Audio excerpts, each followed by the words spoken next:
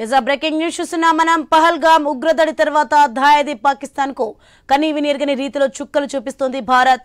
ఇప్పటికే పాకిస్తాన్ విమానాలకు భారత గగనతలం మూసివేశారు. ఈ చర్యతో పాక్ పాలకులు తీవ్ర ఆందోళన మొదలైంది. నేతలంతా గందరగోళంలో ఉన్నారు. భారత్ పై ఒత్తిడి పెంచాలని, గట్టి చర్యలు తీసుకోకుండా అడ్డుకోవాలని అమెరికాను కోరారు పాక్ ప్రధాని షాబాజ్ షరీఫ్. ఇప్పుడు భారత్ మరో ఎత్తుగడ వేసింది.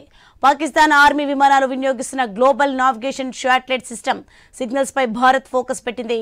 ఈ సిగ్నల్స్ ను అడ్డుకునేందుకు అత్యాధునిక జామింగ్ వ్యవస్థను సిద్ధం చేసింది. భారత పశ్చిమ దేశ సరిహద్దుల్లో ఈ జామింగ్ సిస్టమ్ ఏర్పాటుకు వడివడిగా అడుగులు పడుతున్నాయి.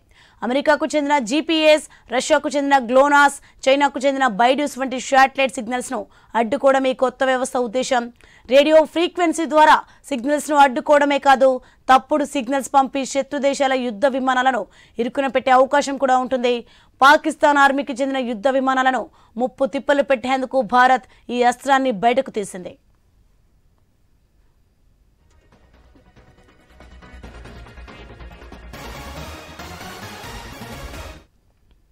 ఇక భారత సైన్యం పాక్ మిలిటరీ విమానాలు లక్ష్యాలను గుర్తించేందుకు వీలు లేకుండా ఎలక్ట్రానిక్ వార్ఫేర్ వ్యవస్థలను పశ్చిమ సరిహద్దులో మోహరించింది. ఇవి పాక్ సైన్యం వినియోగించే గ్లోబల్ నేవిగేషన్ శాటిలైట్ సిస్టమ్ సంకేతాలను బలంగా అడ్డుకుంటాయి. దీంతో ఆ దేశ సైనిక, పౌర రవాణా విమానాలు వినియోగించే జీపీఎస్, గ్లోనాస్, బైడ్యూస్ నేవిగేషన్ వ్యవస్థలను సమర్థంగా అడ్డుకుంటుంది. దీంతో పాక్ సైనిక విమానాలు, డ్రోన్లు, గైడెడ్ మిసైల్స్ భారత్లో లక్ష్యాలను గుర్తించడంలో ఇబ్బందులు తప్పవు. ఫలితంగా యుద్ధ రంగంలో ఏం జరుగుతుందో అర్థం చేసుకోలేని స్థితికి పాక్ సైన్యం వెళ్తుంది.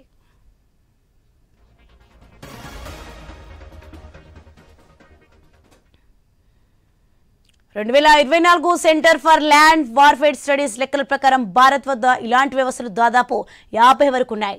ఇక వాయుసేన రఫేల్ యుద్ధ విమానాల్లోని స్పెక్ట్రా సూట్స్, నేవీ వినియోగించే శక్తి సిస్టమ్స్ కూడా నేవిగేషన్ సిగ్నల్స్ ను జామ్ చేయగలవు.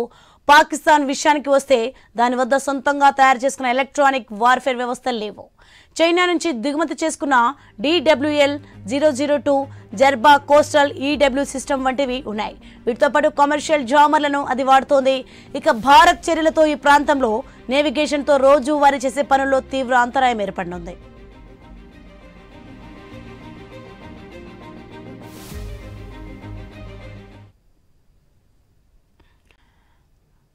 ఇక పహల్గామ్ ఉగ్రదాడి తర్వాత దాయాది పాకిస్తాన్ కు కనీవినెరగని రీతిలో చుక్కలు చూపిస్తోంది భారత్. ఇప్పటికే పాకిస్తాన్ విమానాలకు భారత గగనతలం మూసివేశారు. రైట్, ఇదే అంశానికి సంబంధించి మరింత సమాచారం మా input editor Srikanth phone line లో అందిస్తారు. Yes sir Srikanth. Sonia, good morning. So Pakistan Pahalgam దాడి తర్వాత పాకిస్తాన్ యుద్ధానికి సిద్ధమవుతున్నటువంటి క్రమంలో భారత్ కూడా యుద్ధ సంకేతాలను ఇస్తోంది, స్పష్టంగా తెలుస్తోంది. పాక్ సైనిక విమానాలకు నేవిగేషన్ సిగ్నల్స్ అందకుండా భారత్ ఇప్పటికే చర్యలు చేపట్టింది. సో ఒక అడ్వాన్స్ ఎలక్ట్రానిక్ వార్ఫేర్ వ్యవస్థలను కూడా ఇప్పటికే సిద్ధం చేస్తున్న పరిస్థితి మాత్రం కనిపిస్తోంది. అయితే పాకిస్తాన్ సైన్యం ఏదైతే యూజ్ చేస్తున్నటువంటి గ్లోబల్ నేవిగేషన్ శాటిలైట్ సిస్టమ్ ఉందో ఆ సిగ్నల్స్ ని చాలా గట్టిగా ఇవి అడ్డుకుంటాయని చెప్పాలి మన దగ్గర ఉన్నటువంటి వార్ఫేర్ వ్యవస్థ.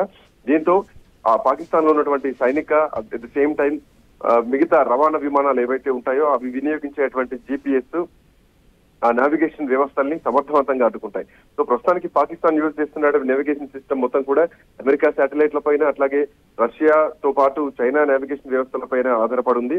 సో వాటిని అడ్డుకోవడానికి భారతదేశానికి అంతకు మించినటువంటి టెక్నాలజీ ఉంది. సో దీంతో పాకిస్తాన్ సైనిక విమానాలు కానీ, డ్రోన్లు కానీ, గైడెడ్ మిసైల్స్ ఏవైతున్నాయో అవి భారత్ లో లక్ష్యాలను గుర్తించడంలో కొంత గందరగోళం కుడుతుంది. అంటే లైక్ జామర్స్ లాగా సిగ్నల్ ఒక దగ్గర ఉంటే ఒక దగ్గర చూపించేటువంటి ఒక జుగాడ్ కైండ్ ఆఫ్ టెక్నాలజీ మన దగ్గర ఉంది. ఎదుటి శత్రువుకి సిగ్నల్స్ కూడా దొరికినటువంటి విధంగా శత్రువును కన్ఫ్యూజ్ చేసేటువంటి విధంగా ఉంటుంది. సో ఇట్లాంటి నేపథ్యంలో యుద్ధ రంగంలో ఏం జరుగుతుందో అర్థం చేసుకోలేనటువంటి పరిస్థితికి పాక్ సైన్యం వెళ్తుందని చెప్పాలి. అయితే 2024లో centre for land warfare studies లెక్కల ప్రకారం చూస్తే భారత్ దగ్గర ఇట్లాంటి వ్యవస్థలు దాదాపు 50 వరకు ఉన్నాయన్నట్టుగా తెలుస్తోంది. అందులో వాయుసేన రఫేల్ యుద్ధ విమానాల్లోని స్పెక్ట్రా సూట్స్ తో పాటు నేవీ ఉపయోగించేటువంటి శక్తి సిస్టమ్స్ కూడా నేవిగేషన్ సిగ్నల్స్ ని మనం జామ్ చేయడానికి భారతదేశం దగ్గర చాలా ఎక్విప్మెంట్ ఉంది. కమింగ్ టు పాకిస్తాన్ దగ్గర సొంతంగా తయారు చేసుకున్నటువంటి పెద్దగా వార్ఫేర్ వ్యవస్థలు ఏం లేవు. బట్ చైనా నుంచి దిగుమతి చేసుకున్నటువంటి DW-002 అట్లాగే జర్బా కోస్టల్ EW సిస్టమ్ లాంటివి ఉన్నాయి. వీటితో పాటు కమర్షియల్ జామర్లను కూడా వాడుతోంది. అయితే మన దగ్గర ఒక భారతకు వేళ చర్యలు దిగితే మాత్రం ఈ ప్రాంతంలో మాత్రం ఇక్కడ నేవిగేషన్ తోటి అంటే రెగ్యులర్ పనుల్లో మాత్రం పాకిస్తాన్ కు తీవ్రమైనటువంటి ఒత్తిడి అయితే తప్పదని చెప్పాలి. అయితే ఇట్లా నేపథ్యంలో భారత అభివృద్ధి చేసినటువంటి ఎలక్ట్రానిక్ వార్ఫేర్ వ్యవస్థల విషయానికి వస్తే అందులో డిఆర్డిఓ అంటే రక్షణ పరిశోధన అభివృద్ధి సంస్థ అభివృద్ధి చేసింది. దీంట్లో భూమిపై ఆధారపడినటువంటి మొబైల్ ఈడబ్ల్యూ వ్యవస్థ కూడా ఉంటుంది. శత్రు సంకేతాలను గుర్తించడం, వాటిని జామ్ చేయడం, రికార్డ్ చేయడం చేస్తూ ఉంటుంది. సో మరోవైపు మౌంటైన్ వార్ఫేర్ కి అనుకూలంగా కూడా ప్రత్యేకంగా రూపొందించినటువంటి ఈడబ్ల్యూ వ్యవస్థ అంటే కొండలు, గుట్టలు, మంచు కొండలను కూడా సిగ్నల్స్ పర్ఫెక్ట్ గా పనిచేసేటువంటి వ్యవస్థ ఉంటుంది. సో అంటే ఈ వ్యవస్థ భారత సైన్యానికి హిమాలయ ప్రాంతాల్లో కూడా ఒక పర్ఫెక్ట్ సిగ్నలింగ్ వ్యవస్థను అందిస్తుందని చెప్పాలి. సో ఏదైతే అంటే శత్రు రాడర్లు కానీ, కమ్యూనికేషన్ వ్యవస్థలు కానీ, డ్రోన్లు కానీ, అట్లాగే మిసైల్ గైడెన్స్ ని ఎప్పటికప్పుడు ఇవి జామ్ చేయగలుగుతుంది. శత్రువులకు నేవిగేషన్ సిస్టమ్ పనిచేయకుండా వాటిని కన్ఫ్యూజ్ చేయడంలో ఈ సిగ్నల్ మన దగ్గర ఉన్నటువంటి వార్ఫేర్ వ్యవస్థ పనిచేస్తుంది. మరి ముఖ్యంగా సిగ్నల్స్ ఇంటెలిజెన్స్, కమ్యూనికేషన్ ఇంటెలిజెన్స్ కోసం ఎక్కువగా దీన్ని ఉపయోగిస్తూ ఉంటారు. సో ఈ రంగంలో భారత్ మనం స్వయంగా అభివృద్ధి చేసుకుంటూ మిగతా దేశాలపై ఆధారపడకుండా ప్రస్తుతానికైతే ఉన్నామని చెప్పాలి. ఇట్లా నేపథ్యంలో అంటే ఈ పహల్గాంలో ప్రయాణికులపైన ఉగ్రదాడి జరిగిన తర్వాత భారత్ నిజానికి చాలా తీవ్రంగా స్పందిస్తోంది. పాక్ ఇప్పటికే మొదట్లోనే నిర్ణయం తీసుకుంది, గగనతలాన్ని మూసేసింది. మరోవైపు న్యూఢిల్లీ ప్రతిస్పందన ఎట్లా ఉంటుందో ఇప్పుడు అంచనా వేయలేనటువంటి పాక్ తమ విమానాలు భారత్ పై నుంచి కాకుండా వేరే మార్గాలకు మళ్లించింది.